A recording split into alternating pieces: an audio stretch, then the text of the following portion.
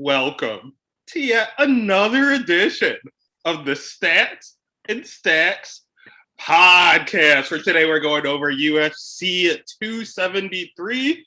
We have Volkanovski versus Korean Zombie, and let's address the elephant in the room. We're not alone this week, baby. We got Rocky Smith on the other end. Rocky, hold the Balboa. What is up, brother?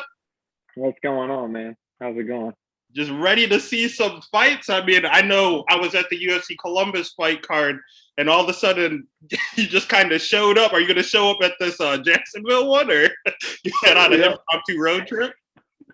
Impromptu. Hey, those are the best kind.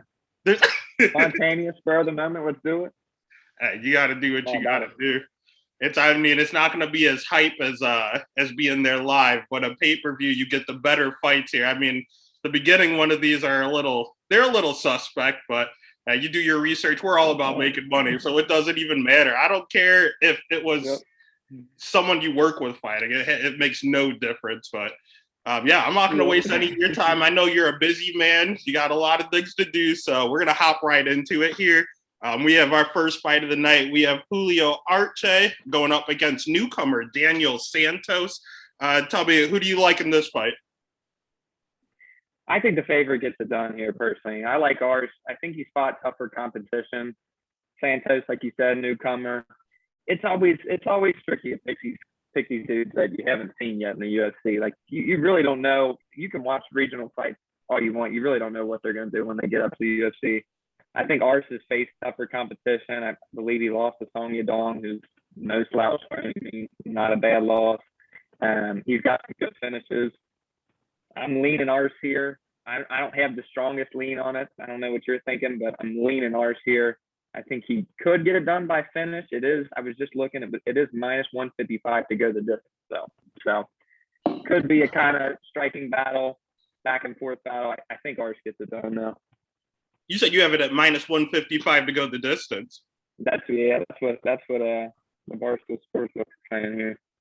Gotcha. Yeah, Santos, this is a tricky one, man. I'm not going to lie. I saw a lot of line movement happening at the start of this week. So I made a lot of bets that I regret. And in all honesty, Arce might be one of them, in all honesty. Like, he should win. I agree with everything you said. I was trying to do fight tape on the Santos dude, and you can't find anything. You can really find it. 2 fights, and it's short. But what I did find out, there is some research. I mean, he is one of the main training partners of good old Chucky O, Charles Oliveira, and kind of fights like him. He's just wild, exactly like him. So those are the kids that you're scared to bet against because they have nothing to lose. Crazy shit. But yeah, I agree with you. I mean, all in all, I think the veterans should probably just get it done. You think? Yeah, I mean, it just seems like a spot where he should, but then, like you said, it's always tough with the newcomers because they are going to throw caution to the wind. He doesn't give a fuck. He's going to come in there slinging, and he's gonna try to get a finish. Arce has been finished a few times in his last few fights, so I mean that's kind of suspect there. A young guy, like I said, young wild. Yeah, right. It makes it a little harder to pick. But I think he gets it done. Could be by decision. It looks like Vegas thinks it'll probably be a decision. I could see it being kind of a back and forth fight, and then Arce maybe using his experience a little bit in the later rounds and kind of edging it out. I hear it. At least it'll be an exciting first one. I mean, definitely a draft play. Santos has to be one of the cheaper plays on the card. So, I mean, all in all, it's a good bet. Plus, the last time I looked at it, he was like plus 160. So I totally get it. I do think he's more of a DK play if you want to go that route. If you're actually putting your hard-earned money on there, I'd probably I agree with you 110%. Yeah, I agree. I mean, it's for DraftKings purposes, it's a little tougher to play Arce because I think he has a higher price tag. I'm not sure off the top of my head. I think it's 87, 800, something like that. So a little harder to play him just because you don't know if he's going to get the finish in this spot. It's not a lock by any means. So, but I definitely could see jamming in a little bit of Santos just to kind of. I don't think he'll be super high end, and I definitely think he has finishing upside. Like you said, he's crazy. So nuts, man. Shooter box is nuts. Shooter box. We have someone else that fights the exact same way in the next fight. We have Piera Rodriguez going up against Kay Hansen herself. I understand that Kay Hansen, you know a little more about her than I do. Kay Hansen, I've done extensive research on. Great fighter, really, really good picture taker. Big fan of her subscription service she offers. No, I think Kay Hansen is a good fighter. I think she's a little raw around the edges. She's still young. She doesn't have a ton of time in the yeah. That was no pun intended there, but it just comes up. But she's got finishing upside. Both fighters do in this fight. I think this fight actually has a better chance to. Let me check the betting line. I believe this fight has a better chance to end up as a finish than the first one does. But I think Kay Hansen's a really good prospect. So is Rodriguez. The line reflects what I kind of feel about this fight. It feels like a pick'em fight. It feels like a coin toss to me. The line kind of says the same thing. And it's similar odds. It's about -190 to go the distance it says. So probably a back and forth fight here. For DraftKings purposes, I know they're both similarly priced. I think this is one of the fights that they do like an 8,200, a 7,800, or like an 81.79. So I think you need some exposure here just because both fighters could get the finish. Kay Hansen isn't afraid to wrestle. Rodriguez, like I said, she has 5 submissions or 5 TKOs? Yeah. I know she's got 5 or 6 finishes. Finisher. Yes, I mean it's got finishing upside. It's not a lock by any means. But I'm leaning Kay Hansen here strictly because I like the content she puts out. No, I'm on the same page, honestly. I'm leaning Kay Hansen because I think it's dog or pass, in all honesty. There's not a lot of good value at just being like, what is she, +100, and Rodriguez is like -120. But yeah, I mean, Kay Hansen has a takedown in every single one of her UFC fights, going up against McKenna, going up against, was it Jin Yu Frey? Jasmine Jazz the Vizdiest or whatever. All in all, she's pretty good on top. Her jiu-jitsu's pretty solid. And Piera, I know she rolls. She's in a good camp. I think she trains with like Mackenzie Dern and such. But that doesn't mean she's getting any better. She's just getting the shit kicked out of her on the ground, and it shows. I've seen her on her back doing fight tape, and she doesn't have any. She has nothing to offer. She plays safe. Right. So I don't. Yeah. I mean, the only issue is I have a few rules. I don't bet people over the age of 40 unless you have a good reason. The Die Hard MMA podcast. We also don't contender series favorites. I don't like when they come in and they fight a UFC veteran. They lose literally. I saw the percentage. It was like 86% of the time they lose. And Piera is the contender series favorite coming in here. Yeah. But there's also a OnlyFans fade going on, so we have a little bit of both right now. So I don't know, but it's a tough call. It's a tough call, and I'm a biased guy. It doesn't take much to win me over. And Hansen pretty much won me over a couple weeks ago when I figured out about the content she produced and stuff. I'm leaning her. I think you need some DraftKings exposure. One of my favorite bets every UFC card. And it doesn't have to be a lot of legs, is why I like this. If you just parlay a couple women's fights to go the distance, you usually get like plus odds on it. So like if you parlay this fight and say the Dern fight to go the distance, I'm sure it's plus money. I love that because I mean it's the facts. But a lot of if I had to guess on top of my head, I'd say 70% of women's fights go the distance. So, it's always a safer side to look at that for like a parlay piece, or if you're just betting it straight up if it's a close line. But yeah, I think Hansen gets it done here. I think it's another somewhat close fight, could be back and forth, but I think Hansen uses the wrestling to get it done here. I like that point a lot. I mean, there's so many -500, -700 favorites. You might as well just go ahead and take that goes the distance. I feel it. Then the next fight is another one where it's another debuting fighter getting them done early here. We have Josh Friend. Going up against Anthony Fluffy Hernandez. I mean, all in all, this is the one. Everyone has that one person that you believe in regards to just trusting their analysis. And I was on Anthony. I thought that Fluffy was going to be a lock of the week, and everyone I listen to is on Josh right now. I don't really understand it. The kid's hittable. He is the definition of hittable. He doesn't believe in head movement. But I mean, all in all, he's okay. he doesn't move his head. And Fluffy, I know he has a little bit of an issue moving his head as well. I think there is a little line bias, the fact that he just tapped out Rodolfo Fierro, but I think that was more or less just fatigue. I love Fluffy a lot. That was actually the biggest bet I ever hit, in all honesty. I bet Fluffy to tap out Rodolfo.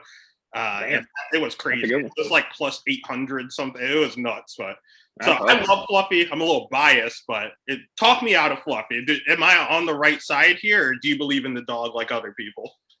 I feel like you're on the right side. I think Hernandez is a really solid fighter.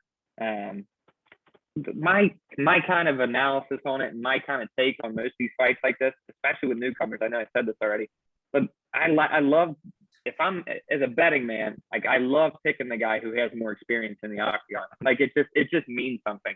Like, and this guy and these guys, you know, that's kind of lower level, you know, a lower level prelim fight. It just means something to have that experience. I think Hernandez all around feels like the better fighter to me.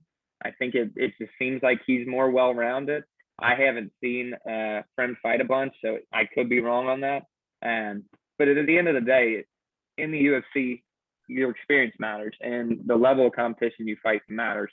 That's why I'm so excited to watch Hamza later. It's a true test. And even though Anthony Hernandez isn't, you know, a world beater, it's a big step up in competition. So it's minus 200, I think I saw last time. I'm not betting that straight up. I mean, it's not going to be a pick that I lay minus 200 on. But if you're confident in them, like it's another parlay piece. You know, you throw that in with someone else you like, and you throw that in with like a dually arch just to see, and maybe you know get even money there and see what happens. I mean, it's a toss. These first few fights here are kind of toss ups to me. I don't have strong leans on it, but I think you're on the right side with Hernandez. And I mean, it doesn't get any easier the next fight of the night. Looking at Alessio Oleinik going up against Jared Vanderaa, just straight pick him here. I mean, I know it was originally supposed to be Alessio Oleinik versus Ilir Latifi, which would have been the most boring fight in UFC history. Luckily, Latifi out. So, I mean, Jared Vanderaa, he's a big boy stepping in here. I know he's one that actually cuts to 265. Alessi is a former middleweight. I mean, gosh, this is one. I agree with the odds maker, 50-50. I don't know which way to lean. Do you have any strong takes here? I don't have a strong take. I am leaning away though. I'm leaning Oleinik, and what I think is I've watched Vanderaa fight a couple of times. He just doesn't seem like he really has like. Nothing about his game really scares me besides him just being a big, strong heavyweight. And that's not a diss to him. He'd sleep me if he wanted to, but I think what happens in this fight, the way I'm visualizing in my head, I could see it going back and forth for a minute. And I think even if Vanderaa takes him down or knocks him down, I think Oleinik is so good off his back. He can throw up so many wild submissions, and I really do think he gets a submission here. Let me see what the odds are right now. That's what I would lean. This is another fight though that it's not like a strong lean. It's not like a lock bet by any means. But it's minus 375 to end inside of the distance. So someone's getting finished is what Vegas thinks. Right now, Oleinik by submission is plus 160, and I kind of like that. It's not like a max unit play for me, but if I was betting this fight, I think that's where I'm at. So here's the crazy thing. I actually think I'm going to have the first disagreement here and lean the other way. All honesty, I was pretty torn, but looking at it, it was just, I looked at the volume and I looked at just the people that they were going up against. I mean, Oleinik is losing at heavyweight, but he's losing to power punchers. I mean, he's losing to Chris Dawkins. He's losing to, Eric Lewis, like almost retired him. Like Jared Vanderaa has zero power whatsoever. I don't think he's ever knocked the man out ever. Like he just physically can't. But for someone that weighs 265, this dude throws a ton of volume. So I actually don't hate him for DK, in all honesty. He's going to be a little bit of a lower play, probably not owned too much, but I look at his losses. He lost to Alexander Romanov, who's a really, really really good wrestler. He was able to take him down. He was able to hold him down, and he was able to just ground and pound the shit out of him and finish him. Then you look at his other losses to Sergey Spivak, who's a good wrestler who took him down, was able to get on top and ground and pound the shit out of him. Those are his only 2 losses in the UFC.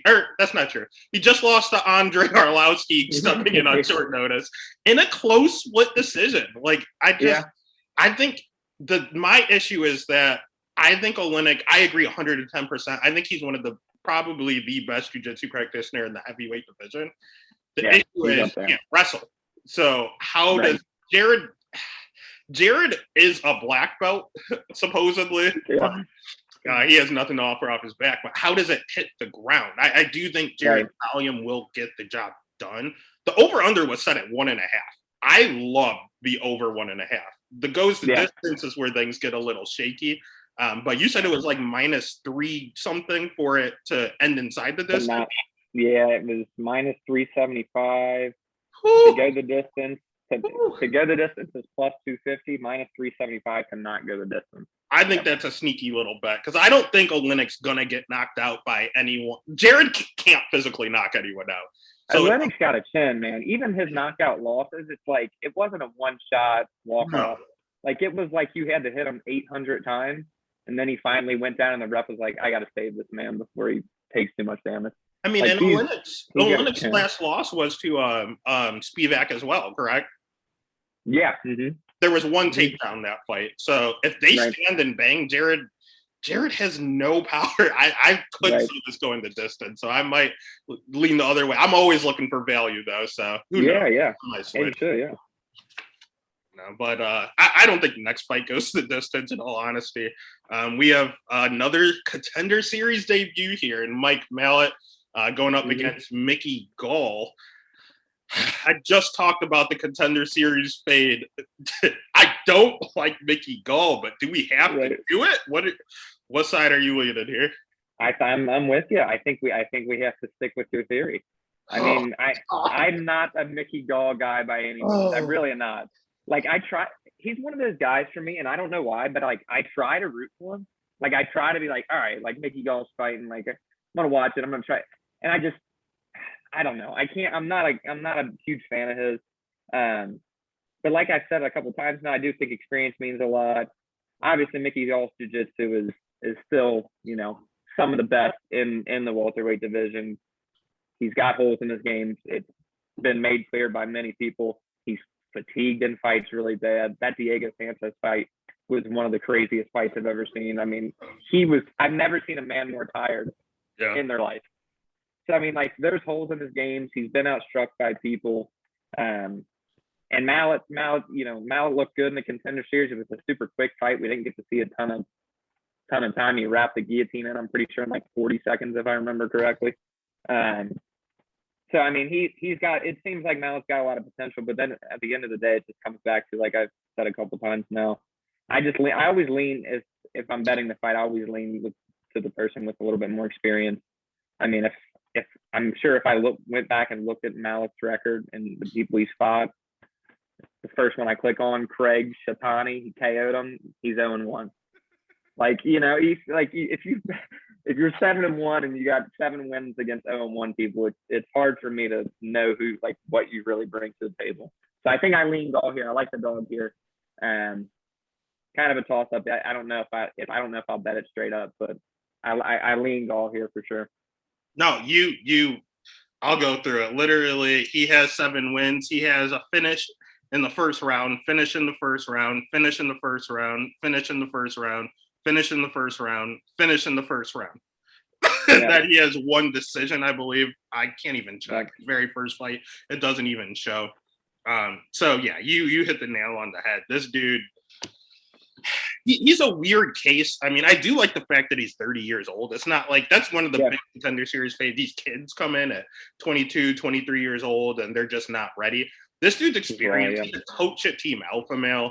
There's just been a big gap because he was hurt. He had some sort of neck injury and retired, but then he came back and he won in 40 seconds. So how much ring time is he having? Like He's good. He's a finisher. He's definitely a DK play because literally every single one of his wins are in the first round. Yeah, you got to target people like that.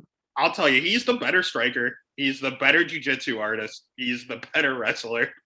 But his cardio is just as bad as Mickey Gall. He got taken one time. He got taken. It was It was that first fight. It was his first fight, but he looked sketchy round 2 and 3. Yeah. It did not look good. So the talent in the world is Mike, but yeah, I think I might be with you on the Gall side for value.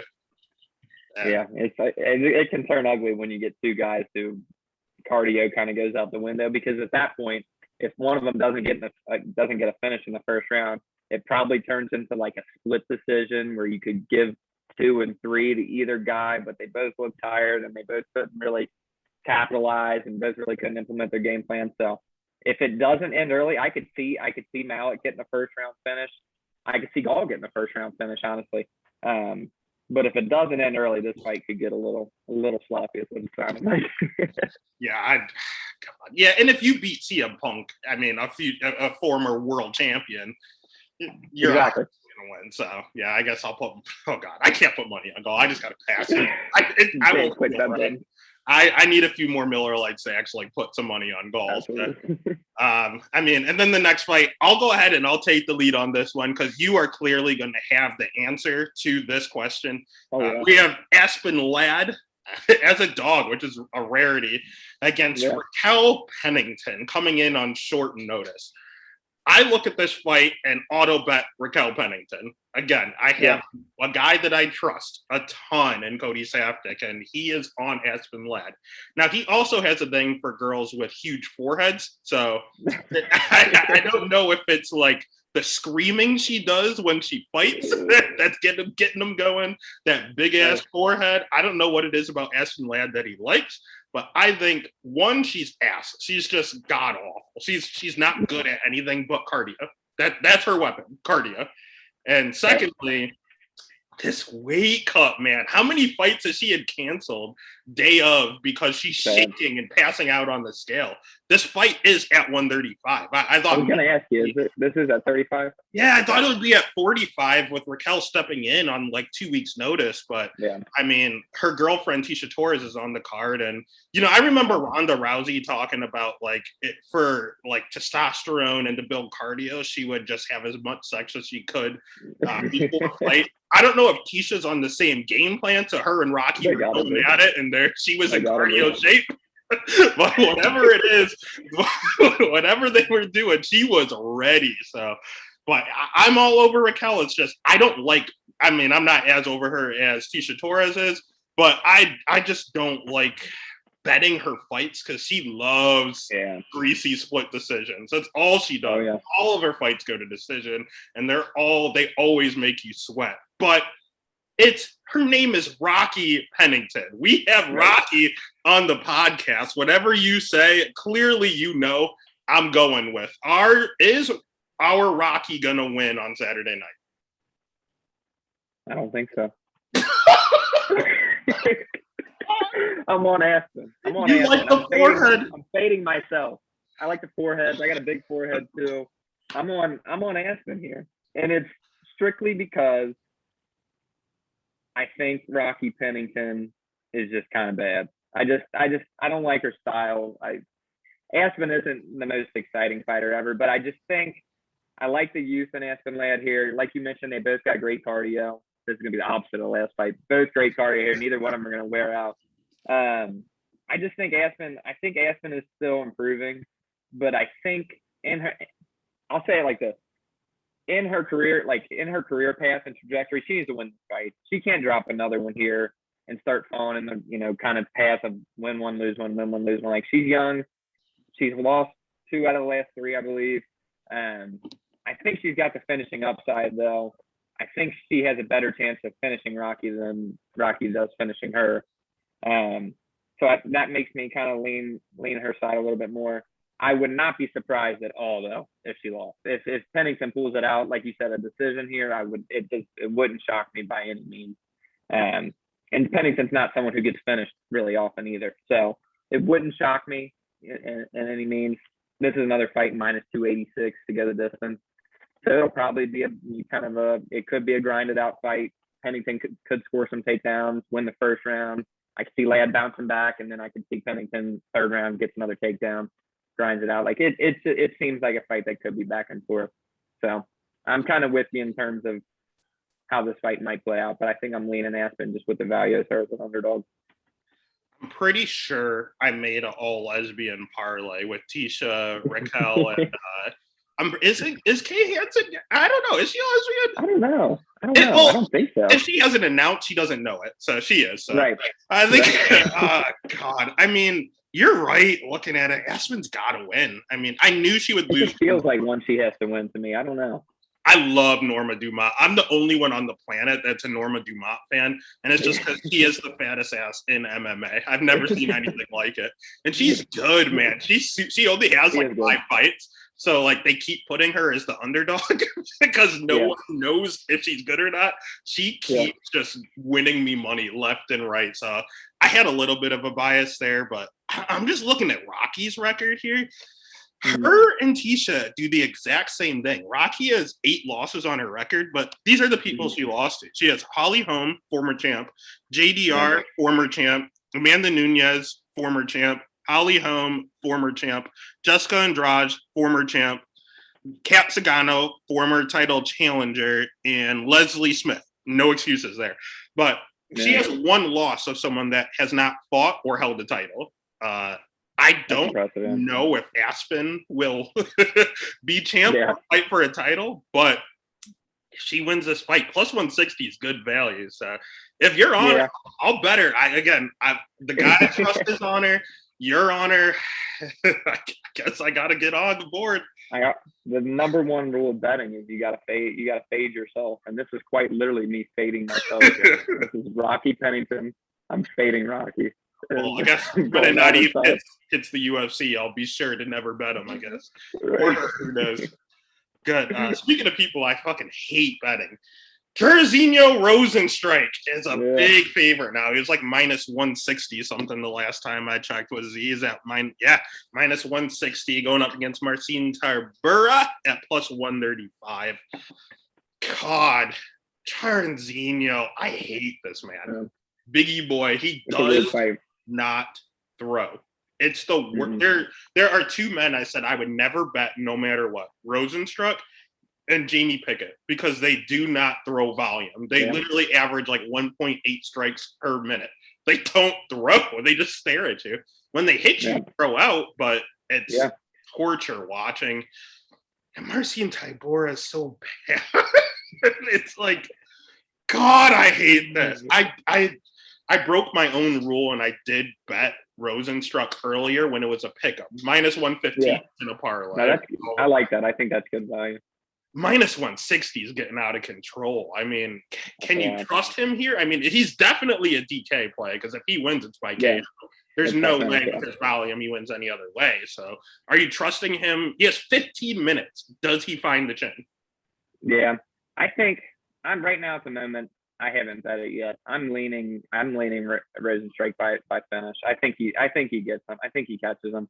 It could be the opposite way though. Tybura could just wear on him and take him down. It could be Jairzinho gets TK'd late or a decision loss. I could see that too. But if I bet this one, and like you said, for DK purposes, I'm leaning that he does get the job done. I don't think Tybura is good, man. I know he's rattled off some wins in a row. I think he lost to Volkov in his last one, and before that he won a few in a row. I just really don't. I don't think Tybura is like I don't ever see Tybura holding a title. Rozenstruik probably not either, but I think Rozenstruik is a pretty, I won't say way higher level striker, but he's definitely the better striker and definitely has the power advantage. So I mean, if I do bet it, it'll probably be Jairzinho by finish. Probably early if I was to bet it, because I would probably just do like a half unit play on like a Jairzinho first round KO or something like that. Yeah. Wouldn't be a big play or anything, but something a smaller unit by Jairzinho by KO. If you want to pick around, you can. If not, I just looked it up. Plus 100 right now to win by finish. So I mean, you're getting even money for him to get a finish. No, I like that. I like that. But yeah, it's not a super strong lean. Tybura could grind out a decision or get a late TKO. But I think Jairzinho gets it done here. Oh, DK for sure, but that plus 100 Yeah. is clutch. He's not going to win any other way by KO. So No. you might. I don't see him. Plus money. Yeah, I don't see a decision here for Jairzinho, unfortunately. I'd love to know the last time he won a decision, because off the top of my head, I can't think of a decision that he won. Honestly, I'm looking at his record. He might not ever have won a decision. He has one split decision on the regional scene back in 2018. That's it. If it gets a distance, I don't think Jairzinho gets it done. So I do think he gets it. I mean, he KO'd Augusto Sakai, he KO'd Overeem, he KO'd JDS. I think all these dudes are right there at or above Ty Burrow's level. So I think he could finish him. And that win streak you brought up, I was looking at it. You're 110% correct. I mean, Sergey Spivak's an okay win. Sergey's not bad. I'll give him that. Yeah, no, he's fine. Maxim Grisham is a light heavyweight, and he came in on 1 week notice. I remember because that was the first fight card post-pandemic. That was the first sporting event as the pandemic started, and he fought him. And I mean, come on, he took it on a week's notice up a weight class. And Maxim Grisham's not the greatest to begin with. Then you have 42-year-old Ben Rothwell, NFL player Greg Hardy, and 42nd man Walt Harris. Like, that's not an impressive win streak. So I think I'm with you here. I guess you have -160 sucks. I don't like that. I like what you said, how you got on kind of earlier. I think that's smart. I'd be hard pressed to just take him like money line right now, though. Yeah, it's probably prop or not, but yeah. God, there's a few fighters in the UFC that are just hype trains. I mean, you have Khamzat, which I believe the hype, but he's a little bit of a hype train. You have your Paddy Pimblett, who he knows he's ass. That's why he said he's not fighting a top 10 or 15 guy. And then you have this guy and Ian Gary. Big hype train, big favorite. The kid's only 24 years old. I'm staring at like -350 and growing. God, I mean, he's going up against Darian Weeks, who no one knows. So obviously he's going to be a big favorite here. But I mean, are you buying the dip? Yeah, I mean, I do think Ian Gary gets it done here. This is a fight that I probably won't bet, just because it's hard to know what's going to happen in this fight. Ian Gary got hit a lot in his first fight in the UFC. Like, he did not look great until like that finish. The finish was clean, beautiful, like step back, boom, beautiful. But like, he got hit a lot in that fight. He kind of was like getting on the back foot most of that fight. So it just scares me a little bit. He could be a guy that maybe his first few fights, he's just kind of getting his feet under him, and he doesn't look crazy impressive. Yeah, he's young. He's super young. I think he gets it done here. This is probably not a fight I'd bet. I would probably play it a little bit on DK both ways, because I'm sure Weeks is dirt cheap. If Gary, with these young dudes, like you said, you got to worry about cardio. You got to worry about experience. So if he gasses out second round, Weeks could find a finish or, grind out a decision, get a good score as a low price guy. And then same for Gary. I mean, I think he was like 9,200 last time I checked. He could very well get a first round KO. Like, Weeks has not fought anyone the level of striker as Ian Gary. So it could very well be a quick night and Gary gets it done, or it could be a sloppy fight. Gary wins the decision. But I think either way he gets it done, I'm pretty confident he at least gets the win. Yeah, I mean, I mentioned line movement earlier, and I made some early bets I regret, and one of them was Darian Weeks. I don't know what got into me. I don't know what I just thought I was too smarter than everyone. It's just, yeah, man. Ian Gary, like when you said he was getting hit a lot and touched up his first fight, by Jordan Williams. And Jordan Williams is the diabetic that got tapped out by Mickey Gall. Like, we just talked about how bad Mickey Gall is. Jordan Williams got finished by him. So, it's hard to trust Gary. And I was doing some fight tape. It's not that he got touched up his first fight. He gets touched up every fight. I see this dude wobbled a lot. And he's got that 24-year-old chin. He doesn't go out. He just gets wobbled and he comes back with some heat. And I mean, the kid's good. I liked he thinks he's Connor. He even quoted him his very first fight. I'm not here to take part. I'm here to take over. He thinks he's Connor. So he went to Cage Warriors and got the hype.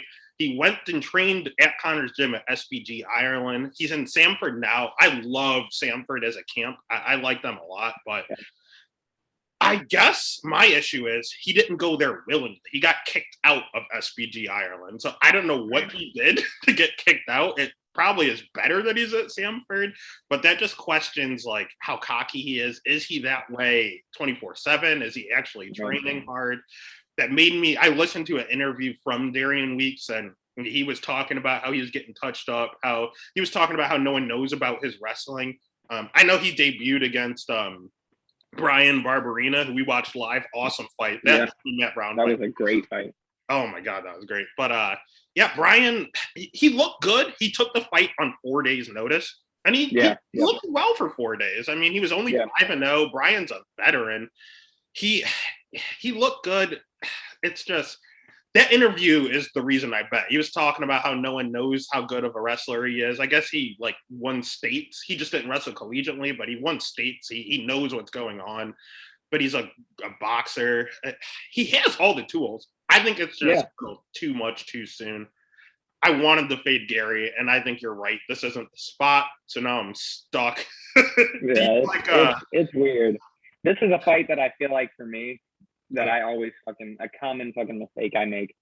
I throw a parlay together with some favorites that I like, and I end it with Ian Gary, like, oh yeah, just throw Ian Gary in there, like he's gonna win, and then he loses the decision or gets finished. Like, I don't think I'm betting this one. I think I'm leaving him out of my parlays. I think I'll play him in DraftKings just because he's got the finishing upside, and if you get a first round finish, especially a quick finish in DK, you need it. So I think I'll play him in DraftKings, but I'm not going to touch him betting wise. You think it ends inside the distance? Yeah, I think it should be a finish. I was just looking at Weeks too. I mean, neither of them have a ton of fights, but Weeks has 5 out of all 5 of his wins are finishes. I'm pretty sure Ian Gary, at least most of his wins are finishes. They might all be finishes too. Let me see. 6 out of the 8 are finishes. So I think it's probably a finish here. And it's hard to tell though too, because we didn't get to see a ton of Ian Gary. If it goes in the second, third round, does his cardio hold up? Yeah.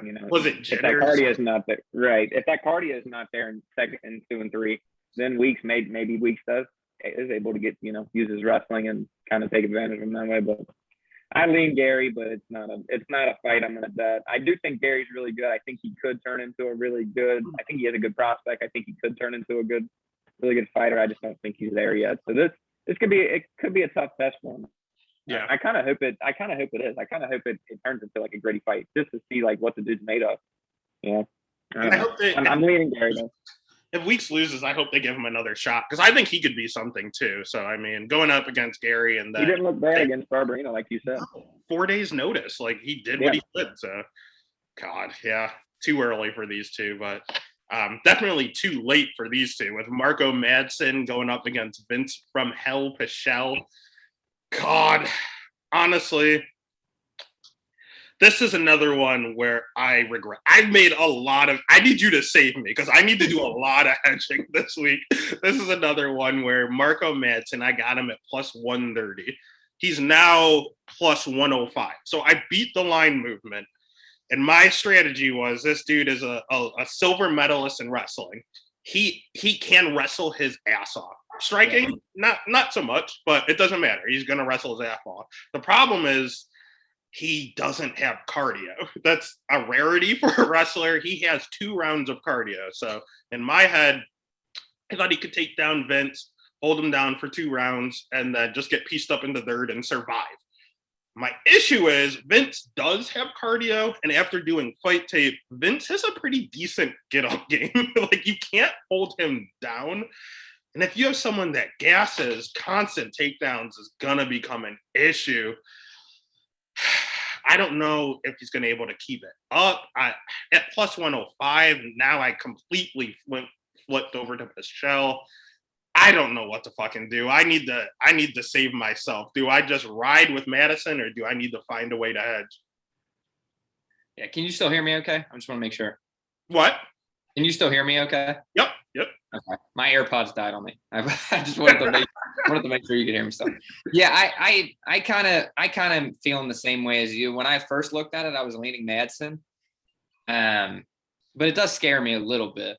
Just like you said, the cardio scares me a little bit. I don't know. It's this fight to me. I mentioned it to you before we started. I don't really understand why this fight got the main card slot over like a Jairzinho or like even an Ian Gary. I mean, if you're going to promote a prospect like Gary, I mean, I know they like to do that like last fight of the prelims spot, kind of give them that bump. But like, I don't understand why this fight made the main card personally. I lean Madsen in this one. I really don't have a strong take at all. I think I like that. I like that you're on that side though. In these close fights like this, I feel like it's always, if you're going to bet it, I feel like it's smarter to take the better wrestler, just because if one person isn't an explosive striker and they both kind of have well-rounded games, but one's an Olympic type wrestler, I feel like I normally lean that side. So I'm kind of with you on Madsen here, but this is another fight that I don't have a super strong opinion on. I mean, I was also, when I was thinking about hedging, I was thinking about throwing a little bit of, this might be a live bet opportunity. So, yeah. I mean, the next fight is another one where I'm going to try to take advantage of it, of just line movement. But in all honesty, Mark Madsen should win the first round. It's already lined at plus 105 to minus whatever Vince Pichel is. So I think I'm going to do is sit on it. Let Madsen go out there and dominate the first round. And then the live bet as soon as the line flips. That way I have like plus 150 or 130 on both sides. Yeah. Win. That's what I'm praying for. If Vince comes out and just eats his shit, we're in a little bit of an issue. I mean, I think this is a really, really good bet. I would bet him now. Honestly, bet Madsen as a dog. And then the minute that thing hits round 2, you better capitalize because that thing, he's going with gas. Hard. Yeah, I mean it's scary. It's scary. Both these dudes are older dudes. I mean they both have really good records. Yeah. Michelle's 14-2. They both have fought some, decent competition. And it's kind of hard to say. I mean, Pichel I feel like almost has the better resume. He does. Like I said, I feel like I just lean the better wrestler in these fights that are close. Just because I feel like especially if you're betting it, like the odds are a little more in your favor when you have the wrestler, just because you can win a decision, you can possibly get a finish there, but it's not a strong lean by any means. This won't be a fight I bet. I think these two guys too. I think these two guys too are similar pricing in DraftKings. So probably do want some exposure. DraftKings pricing benefits the wrestlers a ton. Yeah. So if Madsen controls this fight on the ground, I mean, I think last time I checked, let me see what it was. Last time I checked, I think he was around, I have it pulled up here. So Madsen is 7,800. So he's actually cheaper on that would make sense, but he's actually cheaper on DraftKings. I think you want to play a little bit of him just because of the wrestling upside though. So my scary theory is I'm not good with DK. I'll tell you straight up. I'm ass at DK. My concern is, so when it comes to DraftKings, Madsen, hella takedowns. He might end up with like 8 takedowns this fight. He's not very good at controlling you on the ground. There's a reason he keeps getting 8 takedowns. It's because you keep getting up easily. So I know control time is big. Do you think the amount of takedowns is going to be enough for that score, or is he going to need a little more control? You definitely want to control time. I mean, obviously, that's what you want. But I think if you get enough takedowns and you get a win still, it usually can be enough for a guy that's 7,800. The only way I think it really kills you is if, like, there's a ton of finishes on the card. Yeah. Like, if there's 12 finishes and his fight's one of the fights that goes the distance, then your takedowns probably aren't going to mean much. But I think it's definitely beneficial to have a guy like him in there at 7,800. I mean, this fight, I was just looking at the odds on it too, minus 167 to go the distance. So they think it's probably going to be a decision. So if you have a stronger lean in that kind of mid 7s range or low 8s range that you think's a better chance of a finish, I would go that way. But yeah, I think I lean Madsen here. Beat neither of these guys, to be honest, or this fight wasn't one that jumped off the card like, oh, I want to see it so bad. So I mean, I might be going to get a beverage when this fight starts, but we'll see what happens. I think Madsen gets it done. There's 110% chance that I'm just taking a piss break during this and grabbing something to eat. But I mean, I don't want to harp on this fight like you. I could care less about this fight, but I'm looking at Vince's record here. Like you said, he's 14-2. His 2 losses are to Rustam Kolbulov as well as Gregor Gillespie. They're both wrestlers. Yeah. But he got finished early. So he also fought Jim Miller, who likes to wrestle and grapple, and didn't get finished, and then he tore him up in the third. So I don't know is Marco Madsen a Gregor Gillespie or is he a Jim Miller? I kind of lean the Miller side, so I think I screwed up, but we'll get through this. I'm gonna make sure you get your beverages and everything situated because you can't miss the next fight because there's probably a 96% chance that there's gonna be a nip slip from my girl Mackenzie Dern coming in. I don't know if she can hold those bad boys in. Going up against Tisha Torres can definitely hold hers in. Might not be able to hold mine in during that night. Mackenzie, man, I don't. The UFC loved Mackenzie for obvious reasons, and she was getting pushed to the moon, but she sucks. She's not very good. She kind of got exposed in her last fight. Like, I don't know. Do you have this is another one where I specifically made a bet. Like, I knew what I was doing here. I didn't fuck up like Marco Madsen. This one I had Dern at plus 120, and I bet her in the off chance she is a jiu-jitsu whiz. I think she is the best jiu-jitsu practitioner in that division. The issue is she has a 10% takedown accuracy. Right. The girl cannot wrestle. She is 3 of 29 on takedowns in the UFC. She cannot wrestle. Right. She keeps getting subs because girls like Ronda Marcos drop her and then follow her down there. Like, she's not getting the takedowns. Girls are rocking her and going down there. Tisha is exactly like Jared Vandera. A ton of volume, zero power. We'll never get a knockout, ever. So I was seeing the line move tremendously. And right now, Tisha Torres is Mackenzie Dern's the favorite now, isn't she? It was, I think, right now on the Barstool Sportsbook, it's minus 125 for Mackenzie. Yeah, and I knew that was going to happen because people saw her tits. So at this point, you just click it. Oh yeah, like we're all marked. So I mean, at that point, I kind of figured that it would flip. So that's why I bet her at plus money. Tisha has 1 win in the UFC by knockout. She has 1 finish in the UFC, and that was Sam Hughes quitting, not Tisha knocking her out. Yeah. Mackenzie is not going to quit. So Tisha Torres by decision, there's no reason to bet anything. You might as well juice it. So Tisha by decision, the last time I checked, was plus 120.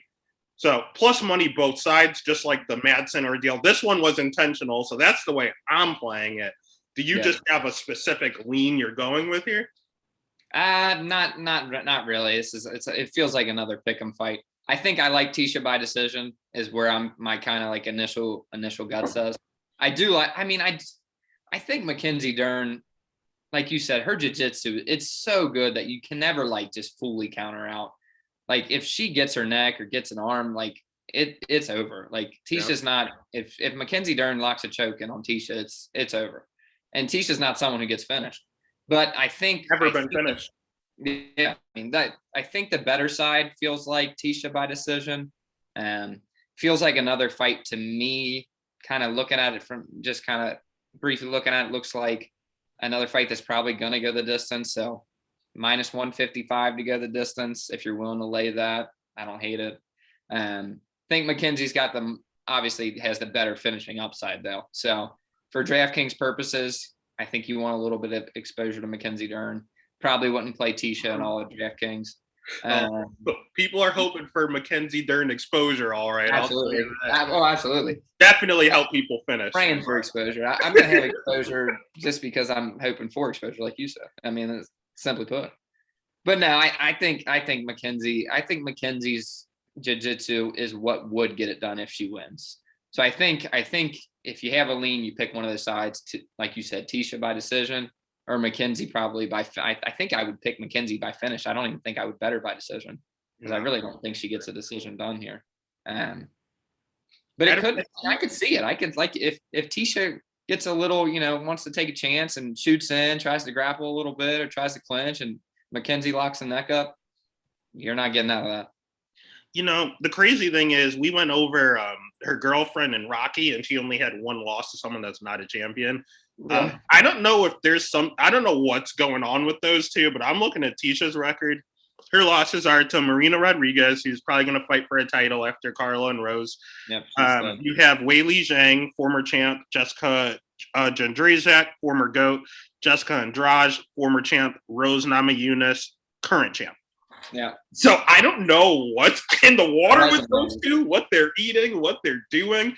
Whatever they're doing is working, but I don't think Mackenzie Dern, again, just like Aspen, I don't think she's going to be a title challenger by any means, but God.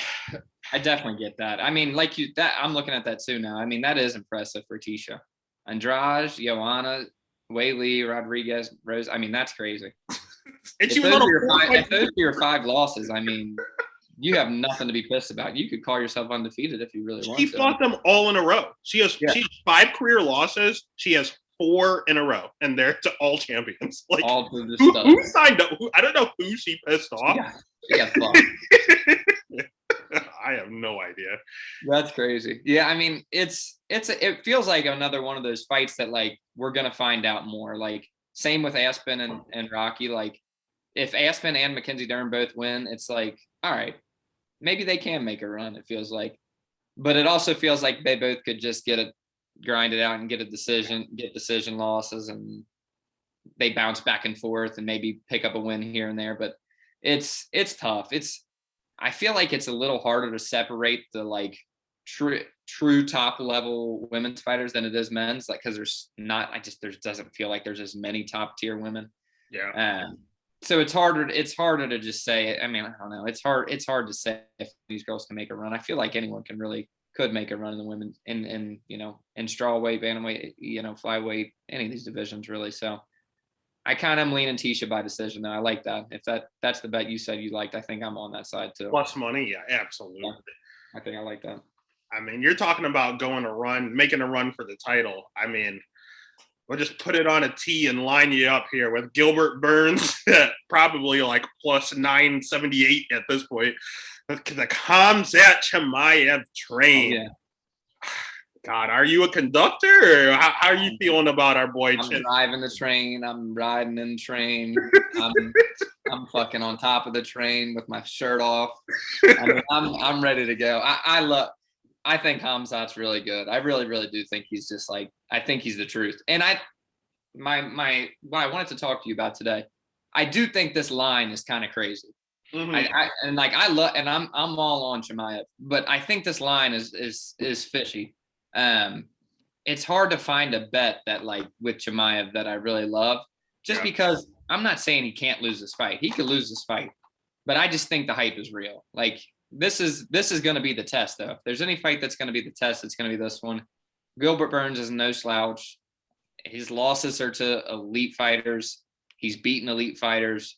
So like this is the test for Khamzat. This is the fight you want to see him in. And it really is just like, all right, we're going to find out. This is the fight right here where we're going to find out. Because if he comes out and finishes fucking Gilbert Burns in a minute, I mean, Dana is going to be in the back just touching himself for probably half hour. Because if Khamzat can come out and do what he did to the Leech, or like do what he did the other dudes he's fought, or do what he did to freaking what's his name? I can't remember his name now. For Meerschaert. Oh, the one-hitter quitter. He gets a win like that. I mean, Jesus Christ. Yeah, I'm on the Khamzat train. I think he gets it done here. I don't know though. It's a tough test. It's a tough test for him. Sorry about that. I had a 2-year-old that decided to fall down the steps mid-chop. He's on the train. He heard the name Khamzat and needed to see what was going down. And I'm on it too, man. I didn't want to be. I don't like the line at all, but God damn is he good. And the confidence. Did you see them standing next to each other today? Yeah. That I saw the clip of them like in the fucking towels in the back with Ian Gary. You're too small, brother. He told him to eat chocolate or something. Some chocolate and a banana. He is not concerned, man. I mean, in all honesty, I hear a lot of talk about Khamzat striking, how his main training partner is Gus, and how he dropped him with a body kick or something like that. So he has the power. I believe that. Is it technique fully there? I mean, yes and no. Like, I've seen some impressive stuff. I mean, he had a regional C knockout where he like parried a shot, hit him with an uppercut, and still that was nasty. Shot. Like, that's high level stuff. That's high level stuff, but he's a wrestler, so it's right. God, I don't know where he's bad. He supposedly has legendary cardio. I don't know. He has even if you want to say the Burns Khamzat fight is close on the feet, Khamzat still has a 4-inch reach advantage, and I think that's all he needs. I mean, Gilbert was a lightweight. Khamzat is knocking out middleweights with one punch. Yeah. I've seen a lot of takes too. I've seen a lot of takes in like the betting industry and just like different videos on social media of like, oh, don't doubt Gilbert. And I agree with that to a sense. But I think people are just looking at the name here and looking at a ranking and saying, oh, Gilbert Burns, he's ranked 2. You know, and it's not a cakewalk by any means. I don't think it is. But I really, truly wouldn't be surprised if Khamzat comes out there and sleeps him in a minute or takes him down in a minute and just grounds and pounds him and chokes him out. Like, I wouldn't be surprised at all. Like, I'm fully believing in his skill set. And I think the line is still a little fishy to me just because of how little respect they're putting on Gilbert's name. So, I mean, I do see a scenario where Khamzat steps up in competition. Maybe he's not ready and he loses. I could see it happening, but I don't think it happens. I'm all in on Khamzat. I think he gets the finish. I think if you're looking for bets for him, maybe try to find like a prop you like, or maybe just try to Khamzat by finish, or even if you wanted to do the money line in a parlay, I think you can find that there. I don't think this fight goes the distance though. I feel totally safe laying that in any bet, parlay, whatever you want to do with it. I'll tell you what, they know what they're doing. And the further you look into it, initially you're with everyone saying there's no way. Burns is great value. But the further you look into it, Burns has 50% takedown defense. Yeah. I know his wrestling looked good against Stephen Thompson, but Stephen Thompson's aging. It's not the same that he used to be. You know who else isn't the same that they used to be? Tyron Woodley, who is also who Gilbert Burns beat. You know who he beat before that? Who's not the same who they used to be? Damian Maia, who was like 42 when he fought him. Like, this win streak that he was on, Gunnar Nelson retired and he came back recently. So he fought someone that retired, a 40-year-old T Wood, and then like Wonder Boy who's out of it. And his losses in the UFC are to Dan Hooker by knockout and Kamaru Usman by knockout. Yeah. If you can't wrestle and have a chin issue and you're ranked number 2, Dana was just fucking waiting. Yeah. I really think it's a great matchup for Khamzat. Yeah. Like, I would feel less confident with like, I mean, if I scan through the rankings real quick, I bet you I could find someone ranked lower than Gilbert that I feel like is a tougher matchup for Khamzat. So like I think it's a good matchup. Like that Dan Hooker put Gilbert out. Kamaru dropped him with a fucking jab. Like it was. I think I'm in on Khamzat. I think he gets the finish here. If you're looking to bet, I think you play him in DFS. Yeah, that's right. Obviously, I'm not someone in DraftKings that builds a ton of lineups. Like, I usually do like 4 or 5, something like that. So maybe I play like Gilbert Burns in one of them or something just to kind of maybe hedge a little bit. But Khamzat by finish all day for me here. No, I'm with you. And I mean, the only thing that can beat Khamzat is the scale, because he is a little shaky there at welterweight. Yeah. He did not make weight in the last fight. He did the DC towel trick. He did not make weight. That's okay. They'll let it happen. They're not going to cancel a Khamzat fight. So. Right. God, I mean, the only one that might get hurt more than Gilbert is this next fight, man. Peter Yan going I up hate that I'm on all the favorites, Dude, all the big favorites. I'll tell you what. I think that all three of these favorites don't win. I think one of them lose, and I'll tell you. I was thinking the same exact thing when I was looking at just lines and shit earlier. I was like, man, I look at it, I'm like, all three of these favorites are going to win, but it never works that way. It never ever works Never. that way. And I think I there's a term called an apple pie shitter. There's always someone that's really, really great, but they always seem to just fuck it up when they're a big favorite. They find a way. And I think the biggest advocate of that is Phil Hawes. Has all the talent in the world, but he's always a minus 500 favorite. Finds a way to fuck it up. And things are getting a little smelly here, but I'll tell you what, shock the world. It's not this fight. I don't think this is the one. I think this is Jan by murder. I mean, what's your take on this one? I think I'm with you because I feel like I know where you're kind of leaning in the main event. I just rewatched Peter Yan and Sterling the other day just because I wanted to refresh. Like I know I watched it live, but I'm sure there were Miller Lights involved, so I just wanted to refresh my memory and remember exactly how that fight went. Sterling didn't look terrible, honestly. Like he had moments in that fight, but I think the thing is, I don't see I don't see Sterling getting a KO by any means. So if the fight stays standing, it's all Yan. Yeah, it's all Yan. I think Yan has the cardio advantage. I don't think Sterling's cardio is bad, but I mean, I think they're probably pretty evenly matched, but Jan's not going to get tired. So like the only way Sterling wins this fight to me, and I think even Sterling knows this, is if he takes him down and maybe gets a choke or gets a finish on the ground. So if Yan avoids the takedowns here and it stays standing for 3 rounds, yeah, Sterling's going to sleep for real this time. Like Jan's not going to hit him with no illegal stuff. He knows to look out for it now. Sterling's going to go to bed. That round where he got finished, there was like 5 or 6 times in that round where Yan maybe like leg kicked him or did like a little trip or something, and Sterling would just lay there like, come on. And Yan said, no, get your ass up. Like Yan was smart. He started that fight kind of slow, but he was dominating that fight in the third and fourth up until that knee there. So I think Sterling has a path to victory for sure, but Yan by like you said, Yan by murder here. I think it's going to stay standing because I think Sterling's probably going to get stuffed on the takedowns, and he's going to go to bed.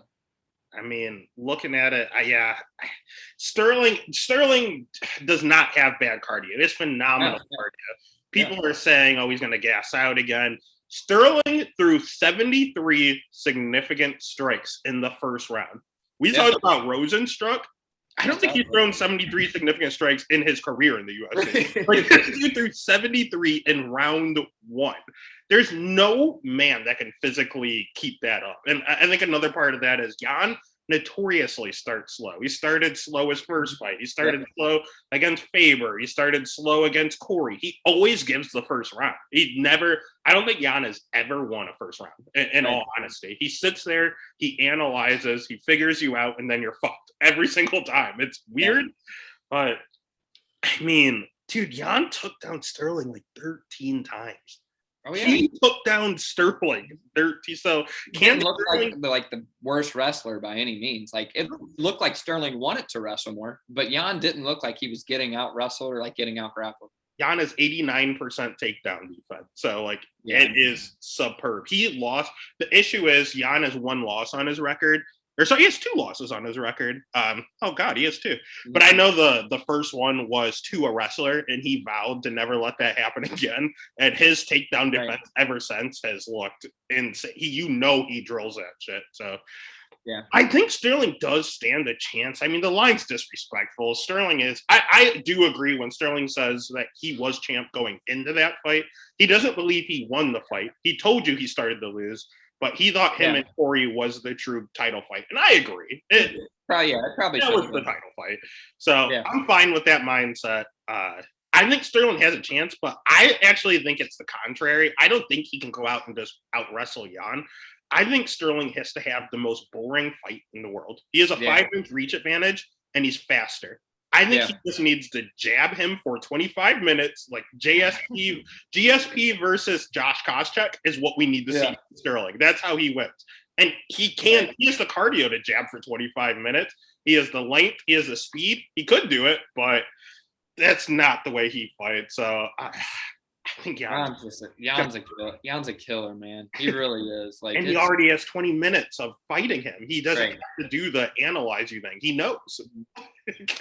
Right. God. And we could be wrong about this one because, like you said, one of these is going to be wrong. Probably, it's not likely that all the. I mean, I could, like I said, I see Sterling having a path to victory. It's not impossible. Obviously, it's not any fight anything can happen. But I think Jan is like a top 6 or 7 pound for pound fighter on the fucking planet right now. Like he's a killer. He's a freaking killer. He's scary. He's 130 pounds and he's 135 pounds. He scares the fuck out of me. He's scary. He's 5'7", 135, and it's. I mean, he's scary. But yeah, in all honesty, DK standpoint, I would play Jan, but I don't think I can play Sterling. The way he wins, like with a million, it's like a Marco Madsen ordeal, and I don't think he's going to score that well. So the only upside with DK for like Sterling and even for Gilbert and not for Gilbert, mainly for Sterling and Zombie, is just that it being 5 rounds. You get a little more time to score more. So it doesn't always have to. What was it? How would you bet it? Would you take like a total standpoint, or would you just eat the chalk with Jan? Let me see what Jan. I think last time I checked, and I'm most likely gonna bet this. Let me double check. I'm staring at this under here. It's plus money for the under 4.5. Yeah. So to go the distance is to not go the distance, I should say, is minus 112. So I'll probably bet that straight up. And then Jan by finish is plus 125. Jan by finish is plus money? Jan by finish, a win by KO, TKO, submission, plus 125. I mean, just out of curiosity, if you're looking at the odds here, what's Aljo by sub? Aljo by sub, plus 1,000. I mean, that's worth a sprinkle, maybe. Fluffy? Fluffy and black belt honor? I mean, I don't know. I don't think he's going to jab him for 25 minutes. I think Aljo's sneaky good on the ground. That's why he was. He's really good. No, he's really good. That Sandhagen fight was crazy. I was on Sandhagen that fight, and he jumped on his back so fucking quick. Like, he made it look easy. Took his back, choked him out. I was like, plus 1,000? Yeah. I might take a sprinkle. We'll see. But yeah, I mean, I kind of alluded to it earlier. I don't think all 3 are going to win. I think this is the one, man. I think Volkanovski is finally getting the respect he deserves, and he's going to lose because of it. I mean, I was just looking at it here, and I love Volk. I do think he's a top. I think as of right now, before this fight, I think that Volk should probably be Kamaru has some holes in my eyes. I think Volk, should be 1 or 2, in all honesty. Right, he should be up there. I'm looking at his record here in the UFC. Stop me when you find the wrestler that he fought. Brian Ortega, Max Holloway, Jose Aldo, Chad Mendez. I mean, I would say probably there. And then he fought Darren Elkins, who is very, very low level, but technically wrestles, he tries to. Jeremy Kennedy and Shane Young. So I see 2 potential wrestlers on there. I'll tell you what, Chad Mendez took him down 3 times easily. Yeah, I remember that fight. Chad had a lot of success in that fight, honestly. Chad looked really good at moments in that fight. He took him down 3 times easily and rocked him. The thing with Volk is he has great wrestling, phenomenal cardio. I don't think anyone has better cardio in the division. His cardio is crazy. Really, really strong, good striking. He's more powerful than people give him credit. I mean, definitely. He's good wrestling. He has good jiu-jitsu. Clearly, you're not going to tap him out. If Brian can't, nobody can.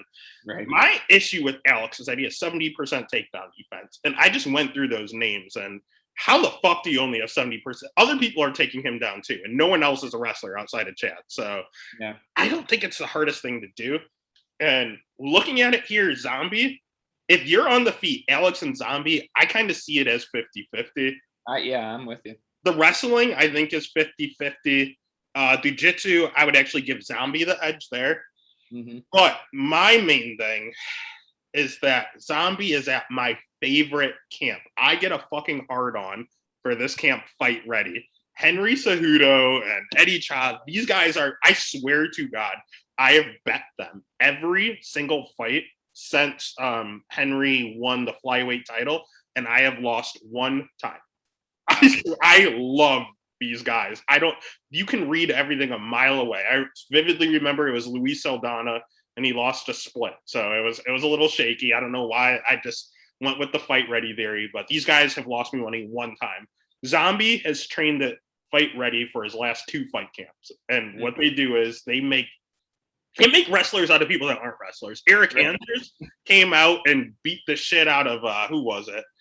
God, was it Darren Stewart? Remember he kicked the shit out of Darren Stewart? Mm-hmm. That was his first camp at Fight Ready. Like, I don't know what they do to these guys. John Jones is now at Fight Ready. Yuri Prohaska, for his title fight, is training at Fight Ready. Korean Zombie, his last fight where he came out and took Dan Ige down like 8 times, trained at Fight Ready. And Alex has a takedown issue, and he also, him and Usman both get clipped a lot. Right.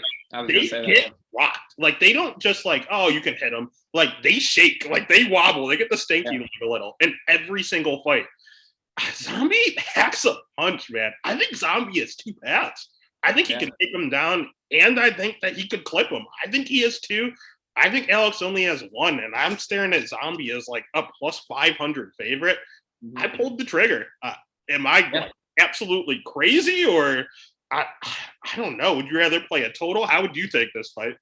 I don't think you're crazy at all. I was telling a couple of my friends beforehand that I think if there's one big dog out of these 3 last fights here that I like the most, it's probably Zombie.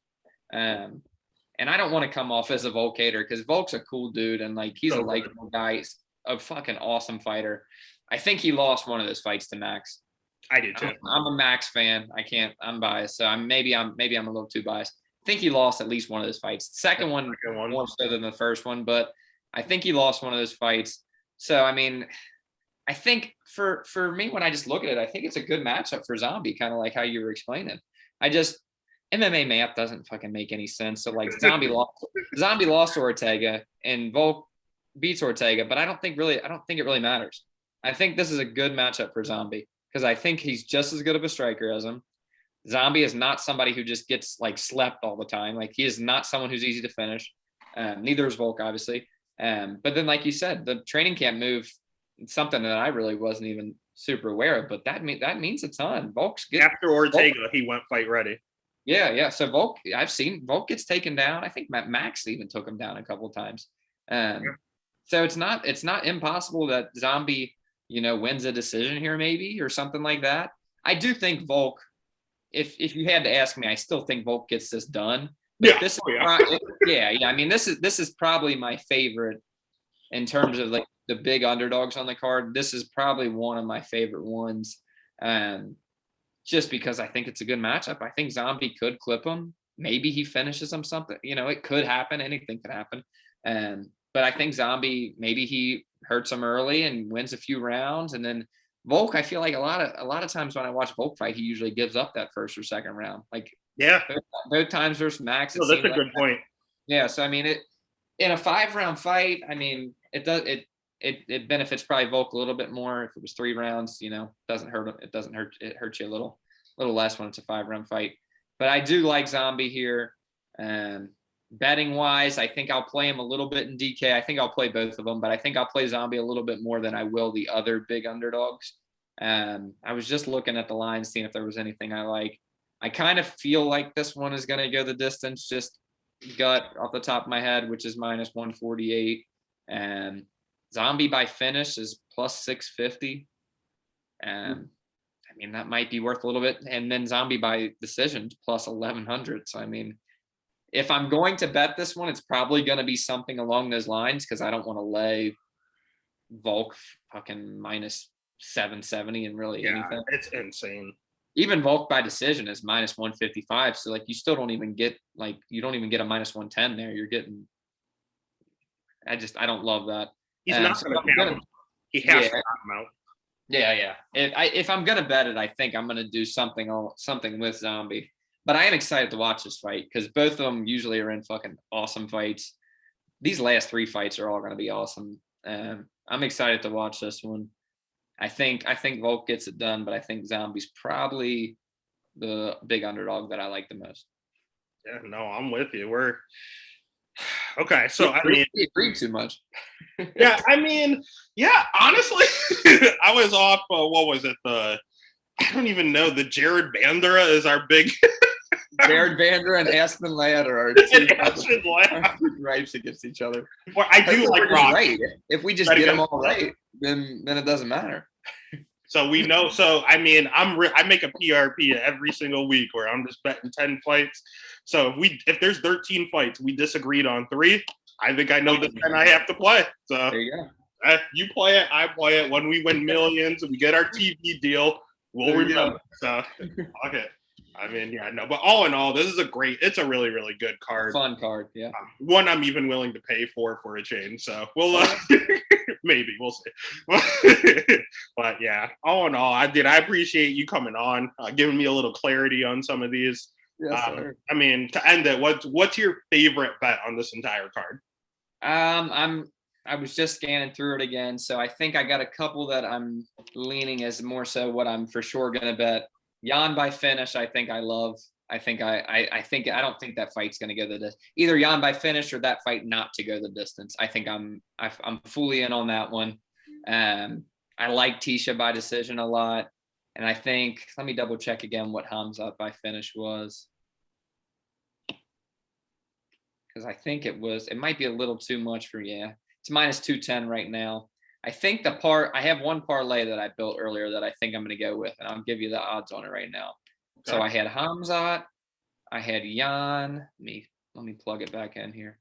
Hamzat, Jan, and there was one more. Which one was it? I think I had Hamzat, Jan.